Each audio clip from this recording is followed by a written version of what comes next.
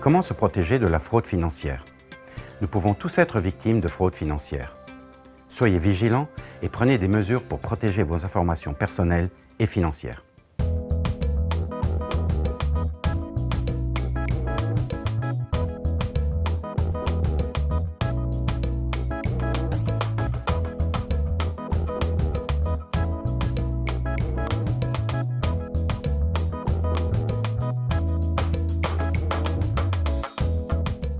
Il y a différents types de fraude. Les vols d'identité, les courriels frauduleux ou encore de fausses offres d'emploi. Ce sont toutes des formes de fraude financière et elles cherchent toutes à obtenir vos informations personnelles. Tout le monde peut être victime de fraude. La prévention est la première étape pour assurer votre protection. Nous examinerons les fraudes financières les plus courantes. Nous vous donnerons des conseils pour mieux vous protéger et finalement, nous allons suggérer quoi faire si jamais vous êtes victime d'une fraude. Chaque année, les Canadiens perdent des millions de dollars aux mains des fraudeurs. Personne n'est à l'abri de la fraude, d'autant plus que les fraudeurs débordent d'imagination et trouvent constamment de nouvelles façons d'escroquer les gens. La technologie permet aussi aux malfaiteurs de rejoindre sans cesse un plus grand nombre de personnes. Les fraudeurs ne sont pas toujours des étrangers. Soyez tout aussi prudents si quelqu'un que vous connaissez vous demande des informations personnelles ou vous invite à investir dans un projet qui semble trop beau pour être vrai. N'y consentez pas.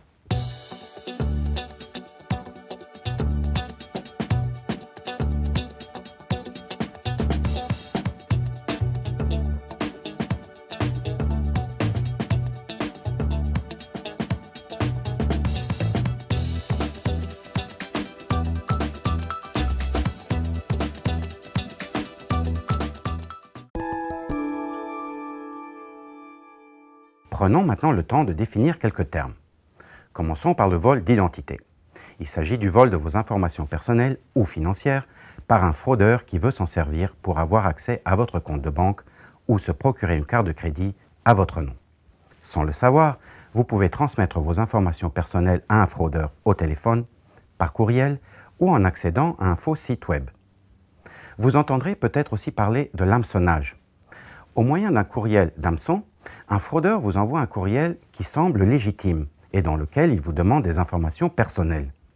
On peut aussi vous inciter à cliquer sur un lien menant à un site web où on vous demandera d'entrer vos codes d'accès à votre compte. Dans le cas de l'hameçonnage vocal, les fraudeurs utilisent le téléphone pour vous demander de leur fournir ou de confirmer votre information personnelle.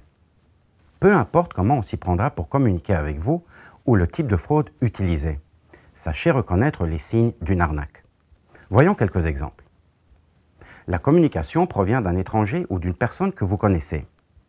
On vous demande des informations personnelles afin d'aider à résoudre un problème. Il y a urgence et on vous demande d'agir vite. Ceci, bien sûr, pour mettre la main sur votre information et votre argent avant de vous rendre compte qu'il s'agit d'une arnaque. On vous demande de transférer une somme importante, souvent de façon inhabituelle, comme par virement télégraphique. Et enfin, on vous demande de n'en parler à personne. Examinons maintenant un exemple d'une des arnaques les plus fréquentes, le courriel d'hameçonnage. Avec ce genre de courriel, on débute par une formule générale de salutation, sans utiliser votre nom. On utilise souvent le nom d'une institution financière ou d'une grande compagnie dont vous pourriez être un client. On vous prévient d'un problème avec votre compte. On inclut un lien vers un site web qui semble légitime. On vous demande d'agir rapidement. N'oubliez pas que les institutions financières et les grandes compagnies n'informent jamais leurs clients d'un problème concernant leur compte par courriel. Si vous n'êtes toujours pas certain, voici un petit truc pour vérifier la validité d'un lien. Passez la flèche de votre souris sur le lien sans cliquer dessus pour faire apparaître l'adresse URL au complet. Si elle ne correspond pas à l'adresse affichée dans le courriel, il s'agit assurément d'une arnaque. Dans le doute, ne courez pas de risque, supprimez le courriel et communiquez directement avec votre institution financière ou autre. N'ayez pas honte si vous êtes victime d'une arnaque. Les fraudeurs sont des criminels professionnels et savent quoi dire pour que les gens les écoutent et fassent ce qu'ils veulent. Voici d'autres types de fraudes fréquentes au Canada. La fraude de la loterie, vous annonçant que vous venez de gagner un prix, mais que vous devez envoyer de l'argent pour le recevoir. La fraude de virement de fonds, vous demandant de transférer de l'argent pour quelqu'un d'autre, vous promettant une grosse récompense. La fraude de l'héritage, qui vous apprend qu'un parent lointain est décédé et que vous héritez de sa fortune. Toutefois, Pour recevoir votre héritage, vous devez payer des frais bancaires ou transférer des fonds. Comme vous pouvez le constater, toutes ces fraudes vous demandent en premier lieu d'envoyer de l'argent avant de toucher le gros lot. Il y a aussi les fraudes relatives à des offres d'emploi. Voyons quelques exemples.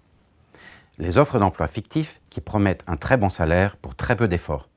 On vous demande de vous occuper des transactions bancaires de la compagnie et on vous promet de vous payer en argent comptant. L'offre d'emploi ne comporte ni le nom de la compagnie, ni ses coordonnées. Dans le vol d'identité à l'aide d'une fausse offre d'emploi, on vous demande des renseignements personnels, soi-disant requis par les ressources humaines pour voler votre identité. Enfin, il y a les demandes de faux frais d'emploi. Dans ce cas, on vous promet un emploi, mais on vous demande de payer des frais d'administration ou de fourniture quelconque. N'oubliez pas de toujours garder à l'esprit que si ça semble trop beau pour être vrai, c'est probablement le cas.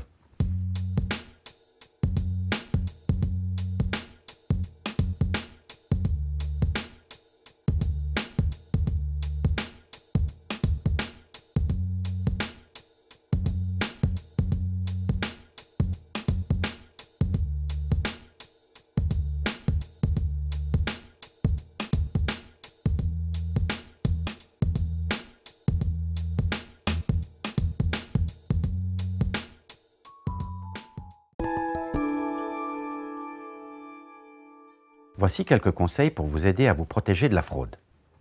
N'ouvrez jamais un courriel non sollicité. N'envoyez jamais d'argent avant d'avoir reçu votre prix ou le service promis.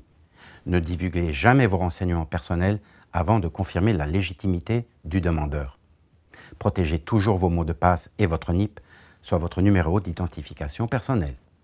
Échangez-les fréquemment. Quand vous êtes en ligne, prenez des précautions supplémentaires.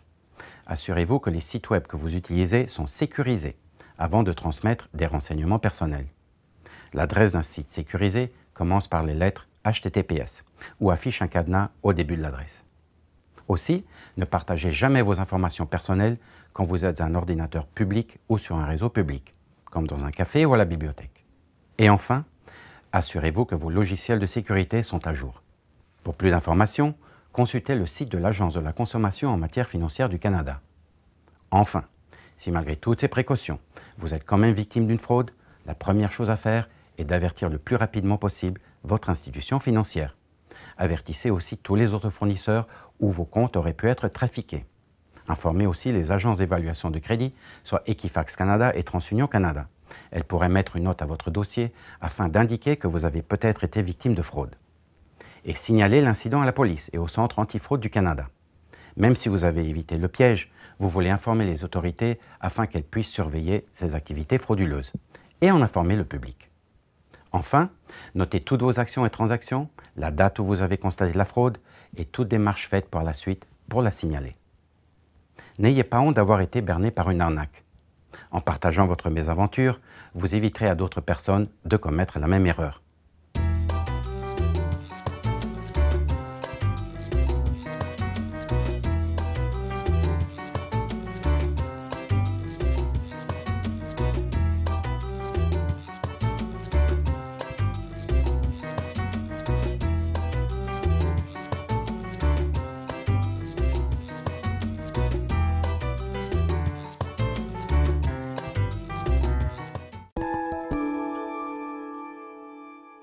Récapitulons ce que nous avons discuté. Il existe plusieurs types de fraudes et de nouvelles escroqueries apparaissent chaque jour. Les fraudeurs essaient de vous arnaquer lorsque vous êtes le plus vulnérable et trop prompt à faire confiance aux gens. Par exemple, lorsque vous êtes à la recherche d'un emploi ou en train de faire une transaction financière. Nous avons appris ce qu'il fallait faire pour se protéger contre la fraude et comment réagir si on en est victime. Soyez vigilants et informez-vous. Je vous souhaite une bonne santé financière.